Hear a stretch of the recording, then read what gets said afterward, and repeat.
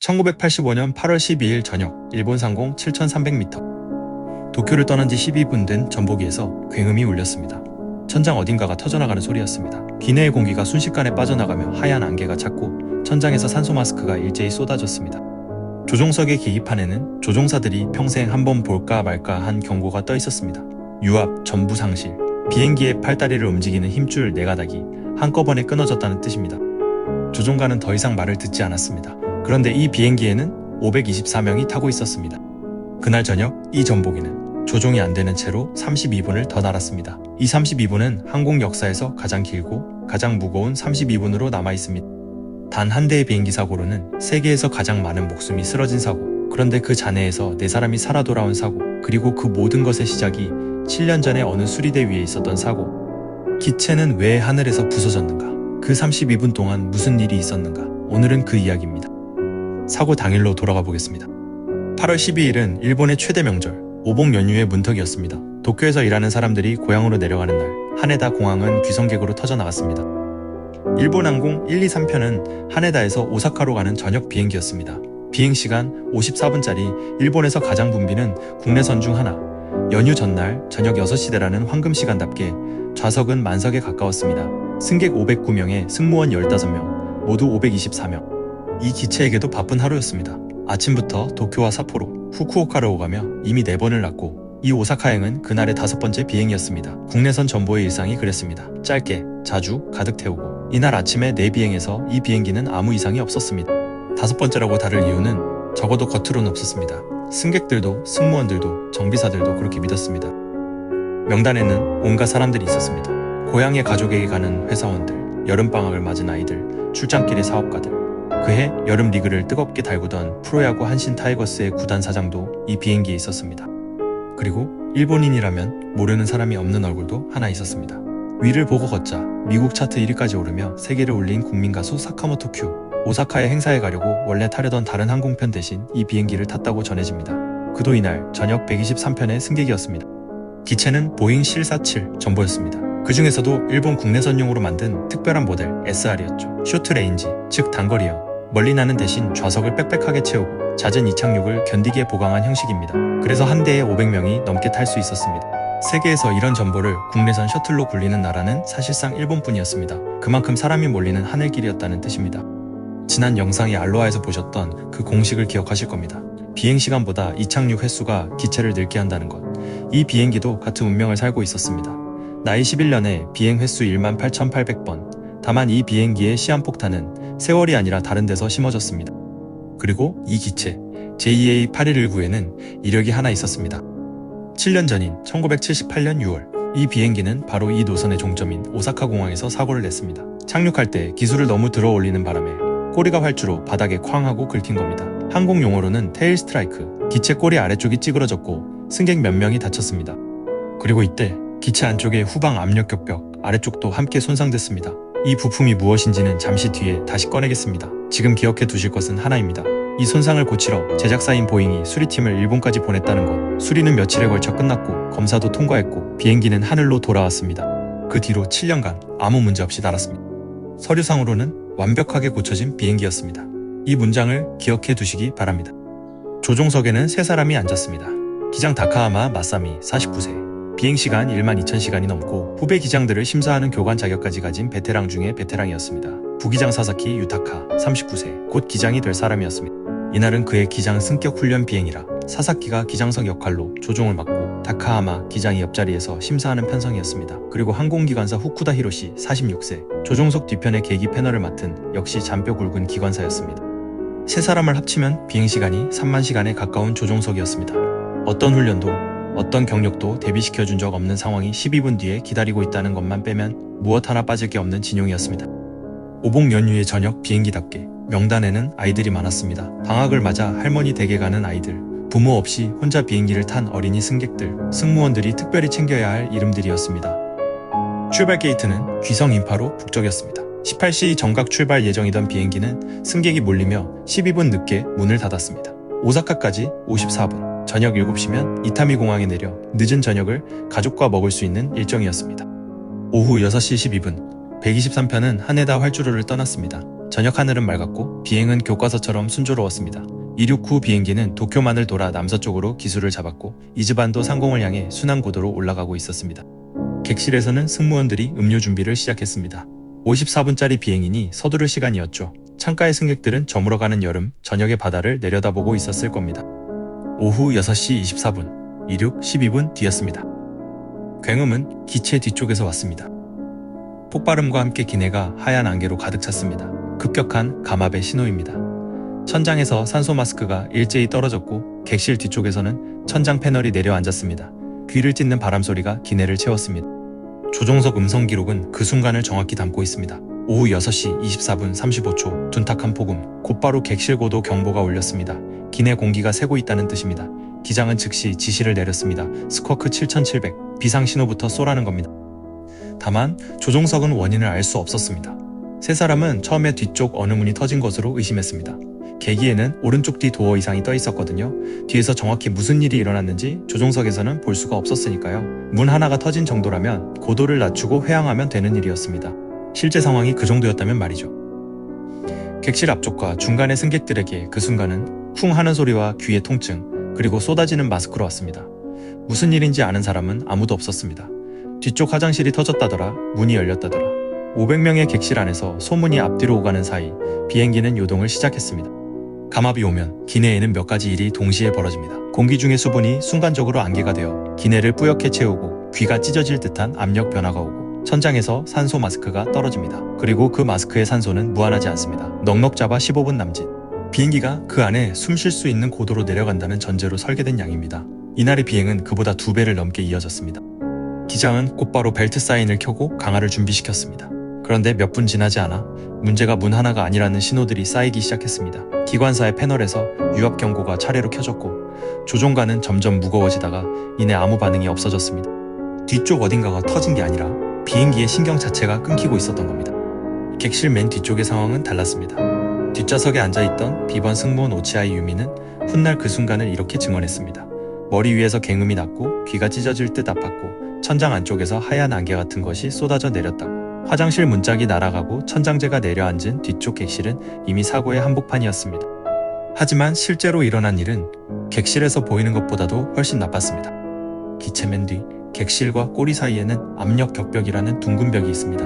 여객기는 높은 하늘에서 기내의 공기를 눌러 다마 지상에 가까운 압력을 만듭니다. 그 압력을 기체 앞뒤에서 막아주는 뚜껑이 압력 격벽입니다. 우산살처럼 짜인 알루미늄 돔이 500명이 숨쉬는 공기를 통째로 받치고 있는 셈이죠. 그 돔이 통째로 터져나간 겁니다. 터진 격벽으로 기내 압축 공기가 꼬리 쪽으로 폭풍처럼 쏟아져 들어갔습니다. 꼬리 내부는 그 압력을 견디도록 설계된 공간이 아닙니다. 쏟아진 공기는 꼬리의 껍데기를 안에서부터 밀어 터뜨렸고 비행기의 수직 꼬리 날개, 그 거대한 상어 지느러미 같은 구조물의 절반 이상을 통째로 뜯어냈습니다. 그리고 그 순간 이 사고를 재앙으로 만든 일이 일어났습니다. 전복이 크기의 비행기는 사람의 팔 힘으로 조종면을 움직일 수 없습니다. 조종관의 움직임은 유압, 즉 기름의 압력으로 증폭되어 날개와 꼬리에 전달됩니다. 비행기의 힘줄인 셈이죠. 전복이는 이 힘줄을 4가닥이나 갖고 있었습니다. 하나가 끊겨도 둘이 끊겨도 나머지가 버티도록요. 설계자들은 넷이 한꺼번에 끊기는 상황을 사실상 일어날 수 없는 일로 봤습니다. 그런데 그 4가닥이 전부 꼬리 부근 한 동네를 지나갑니다. 그리고 격벽 파열과 꼬리 붕괴가 하필 그 자리를 휩쓸었습니다. 4개통이 전부 끊겼습니다. 유압액이 전부 새어나갔습니다. 조종석의 항공기관사가 계기를 읽었습니다. 유압 압력 전 개통제로. 부기장이 조종관을 당겼지만 비행기는 반응하지 않았습니다. 방향타도, 승강타도, 보조날개도 500명을 태운 전보기가 조종면을 하나도 움직일 수 없는 상태가 된 겁니다. 사고 발생 1분 뒤 조종석은 관제에 첫 무전을 보냈습니다. 도쿄 컨트롤, 재팬에어 123, 긴급사태 발생. 그리고 비상을 뜻하는 트랜스폰더 코드 7700을 쳤습니다. 관제 레이더 화면 위에 123편 옆에는 이제 비상 표시가 붙었습니다. 도쿄 관제는 즉시 물었습니다. 하네다로 돌아가겠는가? 조종석은 그러겠다고 답했고 관제는 동쪽 오시마선 방향으로의 유도를 시작했습니다. 바다 쪽으로 크게 돌아 하네다로 넣어주려는 그림이었죠. 하지만 비행기는 그 유도를 따라갈 수 없었습니다. 오른쪽으로 돌라는 지시에 기수는 조금씩 왼쪽으로 흘렀습니다. 관제사의 화면 위에서 123편의 궤적은 지시와 정반대로 구부러지기 시작했습니다. 기수를 돌릴 방법 자체가 없는 비행기였으니까요. 사고 발생 20분쯤 뒤 조종석은 관제의 물음에 이렇게 답합니다. 언컨트롤러블, 조종 불능, 짧은 한 단어가 이 비행의 상태를 그대로 요약하고 있었습니다. 관제실의 공기도 얼어붙었습니다. 레이더 화면 위에서 500명이 탄 표적이 지시와 무관하게 산악지대로 흘러가는 것을 관제사들은 지켜볼 수밖에 없었습니다. 다른 항공기들의 경로가 정리됐고 주파수는 123편을 위해 비워졌습니다. 정리하면 이렇습니다. 저녁 6시 24분, 고도 7,300m, 꼬리의 절반과 유압 전부를 잃은 전복이 한 대가 524명을 태운 채 시속 500km로 날고 있습니다. 조종관도 페달도 듣지 않습니다. 그리고 조종석의 세 사람은 자기 비행기의 꼬리가 사라졌다는 사실조차 모르고 있습니다. 뒤를 볼 수 있는 창문은 없으니까요. 그들은 원인도 모르는 채 결과와만 싸워야 했습니다. 이 비행기에 남은 조종수단은 단 하나였습니다. 엔진입니다. 4개의 엔진에 넣는 힘을 좌우로 다르게 주면 기수가 천천히 돌아가고 힘을 한꺼번에 넣거나 빼면 기수가 오르내립니다. 자동차로 치면 핸들과 브레이크가 다 죽은 차를 엑셀 하나로 모는 셈입니다. 그것도 500명을 태운 세계에서 가장 큰 여객기를요. 세 사람은 그 방법으로 비행기와 씨름하기 시작했습니다. 문제는 비행기가 가만히 있지 않았다는 겁니다. 꼬리를 잃은 기체는 2가지 요동을 동시에 시작했습니다. 하나는 덧치롤, 기수가 왼쪽으로 흔들리면 오른쪽 날개가 들리고 그걸 되돌리려는 힘이 다시 반대쪽 흔들림을 부르는 몸통이 하늘의 팔자를 그리는 요동입니다. 원래는 수직 꼬리 날개가 눌러주는 움직임인데 그 꼬리가 없었습니다. 다른 하나는 퓨고이드, 기수가 오르면 속도가 죽고 속도가 죽으면 기수가 떨어지고 떨어지면 다시 속도가 붙어 기수가 들리는 긴 파도 같은 오르내림입니다. 비행기는 그 2 요동에 실려 파도 위에 배처럼 출렁이며 나아갔습니다. 한 번 오르내릴 때마다 고도가 수백 미터씩 출렁였습니다. 조종석 음성 기록에는 세 사람이 그 요동과 싸우는 32분이 그대로 남아있습니다. 파워, 기수 올려, 오른쪽, 짧은 명령들이 쉴 새 없이 오갑니다. 기장은 엔진 추력을 지시하고 부기장은 말을 듣지 않는 조종관을 붙들고 기관사는 계기와 씨름했습니다. 비행 기록을 보면 이 32분간 비행기는 거대한 롤러코스터였습니다. 고도가 수천 피트씩 솟았다가 떨어지기를 반복했고 속도도 너를 뛰었습니다. 세 사람은 그 파도를 엔진 하나로 다듬으며 필사적으로 비행기를 공중에 붙들어 두고 있었습니다. 산소 없는 고공에 머물 수는 없었기에 조종석은 추력을 줄여 비행기를 조금씩 끌어내렸습니다. 하지만 내려가는 것도 공짜가 아니었습니다. 고도는 곧 힘입니다. 한 번 잃은 높이는 조종이 안 되는 비행기에게는 되찾기 어려운 미천이었습니다. 산악지대로 흘러가는 비행기에게 고도가 줄어든다는 건 눈앞의 능선들이 점점 올라온다는 뜻이기도 했습니다. 그 와중에도 조종석은 방법을 찾아 나갔습니다. 유압 없이 움직일 수 있는 게 하나 남아 있었거든요. 날개의 플랩, 착륙할 때 펴는 급하는 전기 모터로도 움직일 수 있었습니다. 조종석은 후반부의 대체 전기 구동으로 플랩을 조금씩 펴며 기체를 달래보려 했습니다. 기관사는 승객 산소가 얼마 남지 않았다는 것도 유압이 되살아나지 않는다는 것도 차례로 보고했습니다. 랜딩 기어를 내려보자는 판단도 나왔습니다. 바퀴가 공기 저항을 만들어 요동을 조금이라도 눌러줄까 해서였습니다. 실제로 기어를 내린 뒤 요동은 아주 조금 잦아들었습니다. 하지만 그뿐이었습니다. 여기서 훗날 조사관들이 무겁게 들여다본 대목이 하나 있습니다. 새 조종사는 이 긴 시간 동안 산소 마스크를 쓰지 않았습니다. 사고 직후 기내의 공기는 7,000m 상공 수준으로 희박해져 있었는데도요. 지난 영상들에서 보셨듯이 산소가 모자라면 사람의 판단력은 자기도 모르게 무뎌집니다. 눈앞에 비행기와 싸우느라 마스크를 챙길 겨를조차 없었던 건지 아니면 이미 판단력이 깎여 있었던 건지 음성 기록 속 세 사람의 목소리를 두고 전문가들은 지금도 그 답을 조심스럽게만 말합니다. 분명한 건 그 상태로도 세 사람이 32분을 버텨냈다는 사실입니다. 객실은 어땠을까요?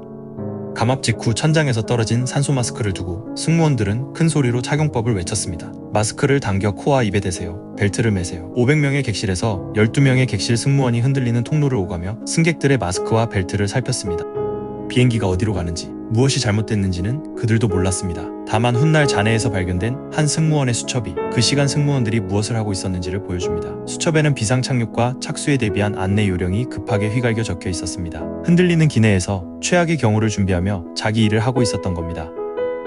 승객들은 저마다의 방식으로 그 시간을 버텼습니다. 어떤 승객은 창밖으로 기울어진 후지산을 찍었습니다. 필름 카메라에 남은 그 사진들은 나중에 현상되어 기내의 마지막 풍경을 세상에 전했습니다. 산소 마스크가 내려온 객실, 자세를 낮춘 사람들. 시간이 흐를수록 창밖의 풍경이 달라졌습니다. 바다 위로 떠났던 비행기의 창에 어느새 산의 능선들이 지나가고 있었습니다. 그것도 점점 가까이. 비행기가 크게 기울 때마다 객실에서는 비명이 터졌고 다시 수평이 되면 잠깐의 침묵이 흘렀습니다. 그 반복 속에서 사람들은 각자의 준비를 시작했습니다. 그리고 어떤 승객들은 수첩과 종이에 글을 남겼습니다. 비행기가 흔들리는 와중에 눌러 쓴 짧은 문장들이었습니다. 한 아버지는 수첩에 아내와 아이들의 이름을 부르며 아이들을 부탁한다고 지금까지 행복했다고 적었습니다. 글씨는 뒤로 갈수록 흔들립니다. 어떤 승객은 회사 서류 봉투 뒷면에, 어떤 승객은 항공사의 멀미 봉투에 몇 줄을 남겼습니다. 비행기가 떨어지고 있다는 문장과 가족에게 남기는 당부와 짧은 작별 인사. 어느 유서에는 시각까지 적혀 있었습니다. 6시 30분, 사고가 난 지 6분 뒤입니다. 그 시각에 이미 승객들은 결말을 예감하며 펜을 들고 있었던 겁니다. 훗날 잔해 속에서 발견된 이 유서들은 그 32분이 기내의 사람들에게 어떤 시간이었는지를 말해줍니다. 그들은 무슨 일이 벌어졌는지 알고 있었습니다. 그리고 그 시간에 마지막으로 가족을 생각했습니다. 이 32분의 레이더 궤적을 지도에 그려보면 기묘한 그림이 나옵니다. 비행기는 스루가만 상공에서 오른쪽으로 크게 돌아 후지산 근처에서 거의 한 바퀴를 감고 다시 북쪽 산악으로 흘러갑니다. 일본의 상징 앞에서 원을 그린 그 궤적은 조종되지 않는 비행기가 하늘에 남긴 궤적 그대로였습니다. 그 시각 비행기 아래의 땅에서도 사람들이 하늘을 올려다보고 있었습니다. 낮게 이상하게 흔들리며 지나가는 전복이 산간 마을의 주민 몇몇이 카메라를 들어 그 모습을 찍었습니다. 나중에 현상된 그 사진들 속에서 사람들은 기묘한 사실을 확인했습니다. 사진 속 123편의 꼬리에는 수직 꼬리 날개가 없었습니다. 하늘을 나는 비행기의 등이 잘려있는 항공 역사에 남은 목격 사진입니다. 한편 지상에서는 관제사들이 123편을 붙들고 있었습니다. 비행기는 하네다로 돌아가겠다고 했지만 레이더 위의 궤적은 전혀 다른 그림을 그리고 있었습니다. 기수는 서쪽 산악지대로 향했다가 크게 오른쪽으로 돌아 다시 북쪽으로, 조종이 안 되는 비행기는 바람과 요동에 떠밀리며 도쿄 서쪽의 산지로 흘러 들어가고 있었습니다. 국제항공교시는 원칙이 영어입니다. 하지만 상황이 급해지자 도쿄 관제는 원칙을 접었습니다. 일본어로 교신해도 좋다. 위급한 조종석에서 모국어가 낫지 않겠느냐는 판단이었습니다. 조종석은 짧게 알겠다고 답하고 이후의 교신 일부를 일본어로 이어갔습니다. 지상은 지상대로 준비에 들어갔습니다. 하네다에는 비상이 걸렸고 미군 요코타 기지의 관제사도 주파수에 끼어들었습니다. 요코타의 활주로가 열려있다. 언제든 착륙해도 좋다. 반복해서 전해진 그 무전에 123편이 응답할 여유는 없었지만 실제로 비행기는 한때 요코타 방향으로 다가가고 있었습니다. 그날 저녁 그 주파수에 있던 모든 사람이 이 비행기를 어디든 내려앉히려 하고 있었습니다. 하지만 비행기는 어느 활주로에도 닿을 수 없었습니다. 가고 싶은 곳으로 갈 수 있는 비행기가 아니었으니까요. 훗날 사람들은 지도를 놓고 수없이 되물었습니다. 요코타로 갔다면, 하네다로 돌렸다면. 하지만 조종면이 하나도 듣지 않는 전보기를 활주로에 정렬시켜 내려앉히는 일은 시뮬레이터의 조종사들도 해내지 못한 과제였습니다. 만약이라는 단어는 이 사고에서 유난히 무겁고 유난히 공허합니다. 오후 6시 55분을 넘기며 123편은 군마현의 산악지대 위에 있었습니다. 고도는 떨어지고 있었고 눈앞에는 어스름 속의 능선들이 다가왔습니다. 마지막 1분, 조종석에는 지연 경보가 울리기 시작했습니다. 풀업, 풀업. 기수를 올리라는 기계음이 반복되는 사이로 세 사람의 목소리가 겹칩니다. 파워, 기수 올려, 힘내라. 음성 기록의 마지막까지 세 사람은 조종을 포기하지 않았습니다. 부기장은 말을 듣지 않는 조종관을 놓지 않았고 기장은 최후의 순간까지 추력을 불렀습니다. 비행기는 오른쪽 날개로 능선의 나무들을 스치고 뒤집히듯 기울며 이어진 능선에 부딪혔습니다. 시각은 저녁 6시 56분, 여름의 산은 아직 어스름했고 그 어스름 속으로 불기둥이 치솟았습니다. 이륙 44분, 사고 발생 32분 만에. 일본항공 123편은 군마현, 오스타카 능선, 해발 1565m의 산비탈에 추락했습니다. 도쿄 관제의 레이더 화면에서 123편을 나타내던 표적이 사라졌습니다. 관제사는 몇 번이고 호출했습니다. 재팬에어 123, 재팬에어 123. 응답은 없었습니다. 주파수에는 침묵만 남았습니다. 이륙에서 소실까지 44분, 하네다에서 오사카까지 가는데 걸렸어야 할 시간보다도 짧은 비행이었습니다. 비행기는 능선에 오른쪽 날개부터 부딪힌 뒤 산비탈을 따라 부서졌습니다. 기체 대부분은 화염에 휩싸였습니다. 도쿄에서 겨우 100km 떨어진 산속이었지만 길도 마을도 없는 험한 능선이었습니다. 저녁 7시, 일본의 방송들이 일제히 속보를 띄웠습니다. 일본 항공 123편, 레이더에서 소실, 만석의 전보기가 사라졌다는 소식에 일본 전체가 텔레비전 앞에 얼어붙었습니다. 하네다의 일본 항공 카운터에는 탑승자 가족들이 몰려들었습니다. 항공사는 밤사이 가족들을 버스에 태워 사고 지역으로 실어 날랐고 산 아래 마을의 여관과 학교가 대기소가 됐습니다. 명단이 붙을 때마다 곳곳에서 이름을 부르는 소리가 터졌습니다. 오봉을 하루 앞둔 밤, 고향에 갔어야 할 500여 명의 가족들이 그렇게 산 아래에 모였습니다. 추락 직후 인근을 알던 미군 수송기가 화염을 발견하고 위치를 보고했습니다. 사고 20분 만이었습니다. 자위대 헬기도 밤사이 현장 상공까지 가서 불타는 산비탈을 내려다봤습니다.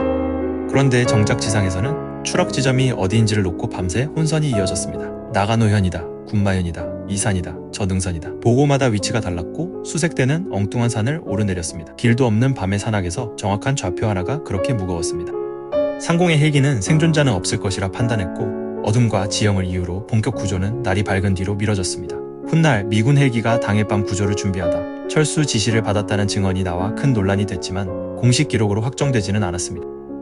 분명한 것은 하나입니다. 그날 밤 산 위의 잔해 속에는 아직 살아있는 사람들이 있었습니다. 훗날 생존자들의 증언이 그 밤을 전합니다.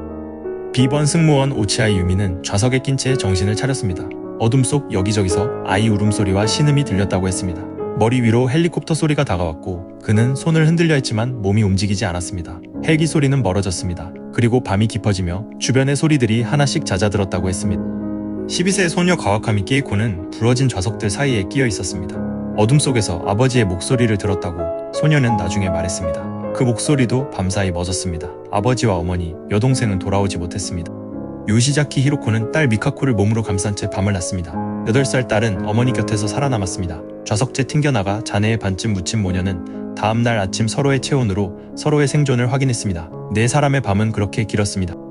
구조대가 능선에 도착한 것은 다음날 아침이었습니다. 추락으로부터 14시간 가까이 지나 있었습니다. 한여름이라 해가 일찍 뜨는 계절이었는데도 위치 혼선과 험한 지형이 그만큼의 시간을 삼켰습니다. 이 14시간은 이후 일본의 재난 대응 체계가 통째로 재검토되는 계기가 됩니다.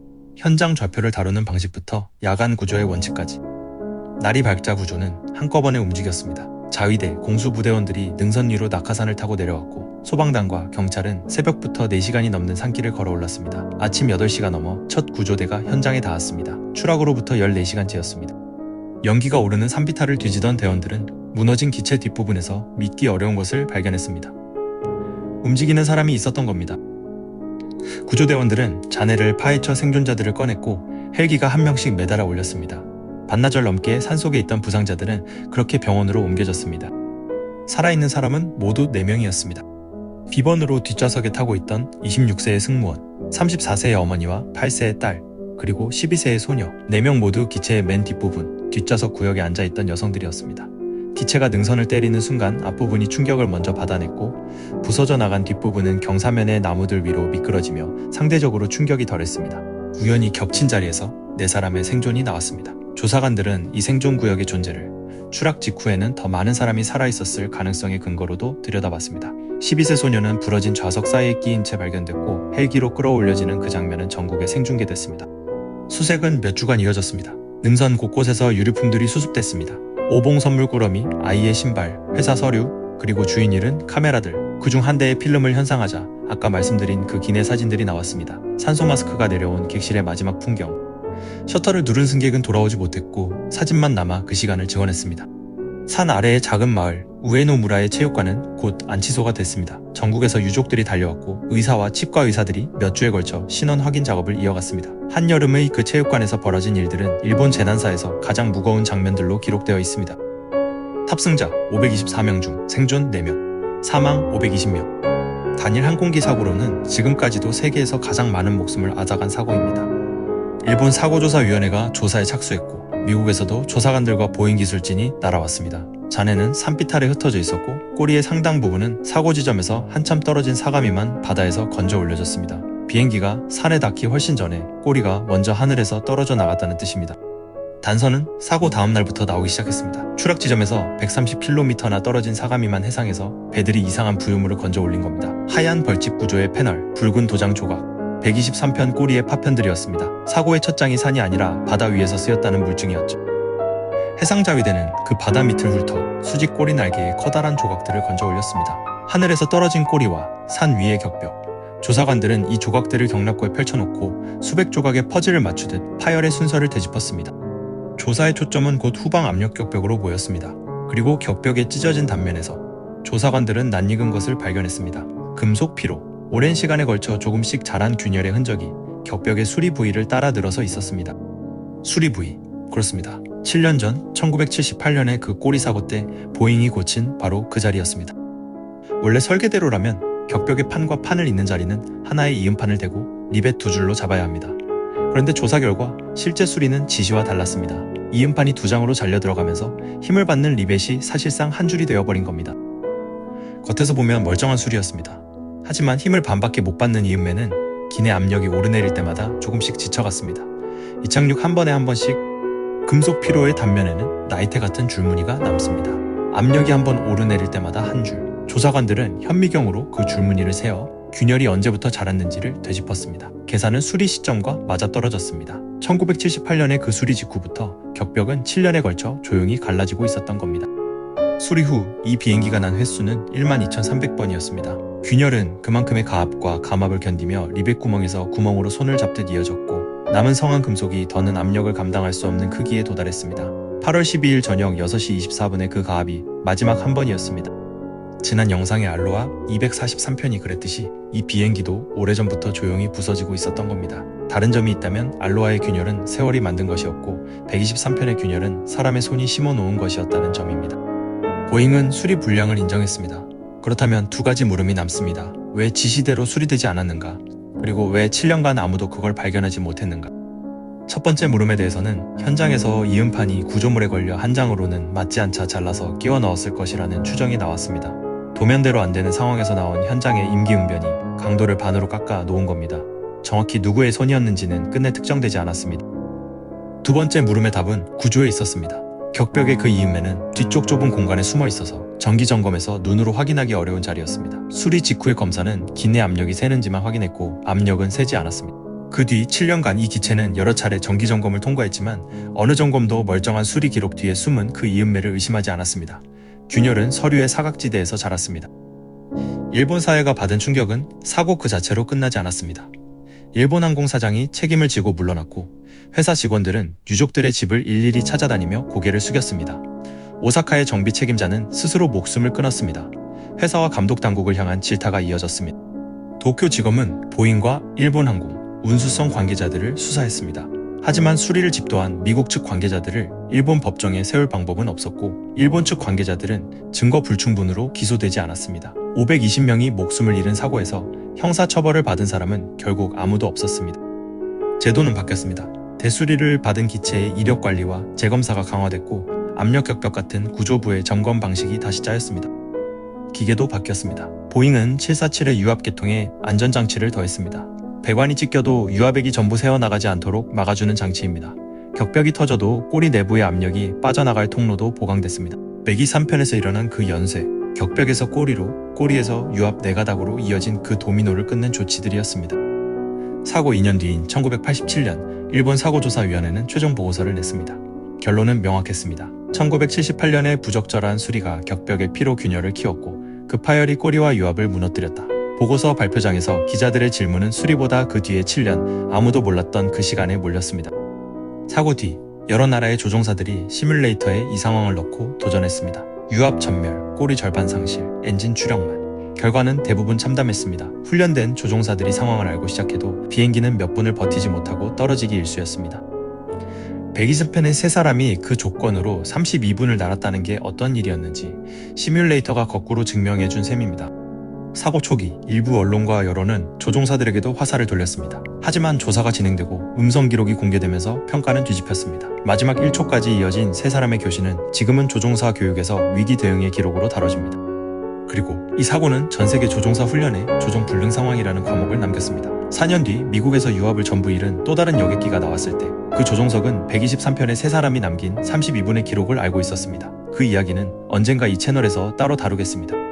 일본항공은 사고 잔해의 일부를 보존해 안전개몽센터를 세웠습니다. 찢어진 압력격벽의 실물, 부서진 좌석, 승객들이 남긴 유서의 사본이 그곳에 전시되어 있습니다. 신입 직원들은 입사하면 이곳에서 이 사고를 배웁니다. 사고의 그늘은 길었습니다.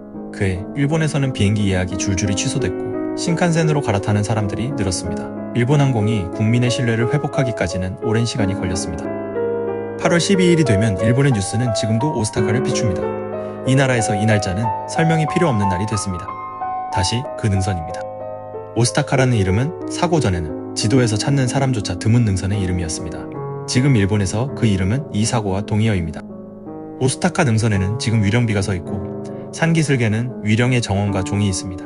능선을 오르는 가파른 길은 유족들이 다닐 수 있게 계단과 손잡이로 정비됐고 추락 지점 곳곳에는 희생자들의 이름과 작은 지장보살들이 자리를 지킵니다. 해마다 8월 12일이 되면 유족들이 그 험한 산길을 올라 각자의 자리에 꽃과 물을 놓고 내려옵니다. 저녁이 오면 산 아래에서 520개의 등롱에 불을 밝힙니다. 40년 가까이 이어져 온 걸음입니다. 승객들이 마지막 순간에 남긴 유서들은 지금도 보존되어 있습니다. 흔들리는 글씨로 눌러쓴 그 문장들이 32분이라는 시간의 무게를 오늘까지 전하고 있습니다. 이제는 유족의 자식들과 손주들이 그 산을 오릅니다. 사고를 직접 겪지 않은 세대가 앞 세대의 손을 잡고 능선을 오르는 동안 이 사고는 한 항공사의 기록을 넘어 한 사회의 기억이 됐습니다. 524명이 탄 전복이 32분, 생존자 4명, 그리고 7년 전 수리대 위에 리벳 한 줄, 오스타카의 능선은 그 숫자들을 오늘도 품고 있습니다. 하늘에서 일어난 이 사고보다 더 많은 목숨을 앗아간 항공사고가 딱 하나 있습니다. 그런데 그 사고는 하늘이 아니라 땅 위에서 일어났습니다. 안개 낀 어느 섬의 활주로, 이륙도 하지 않은 전복이 2대가 시속 200km로 충돌했고 583명이 목숨을 잃었습니다. 그리고 그 모든 것이 무전기 속 말 한마디에 어긋나면서 시작됐습니다. 다음 기록은 테네리페의 로스로데오스 활주로입니다. 산 위에 32분 다음에는 안개 속 활주로의 몇 초를 보겠습니다. 그 몇 초가 항공사를 바꿨습니다.